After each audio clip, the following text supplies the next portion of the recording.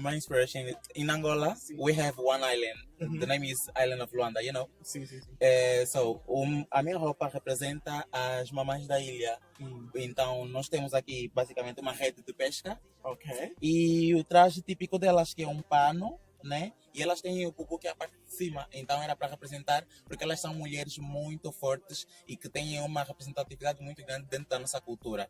E o ouro é para representar tudo aquilo que elas conseguem arrecadar do mar. Os pescadores, é o sustento deles Amazing. que sai. Então, dali o ouro que é a prosperidade, que é o sustento que eles tiram.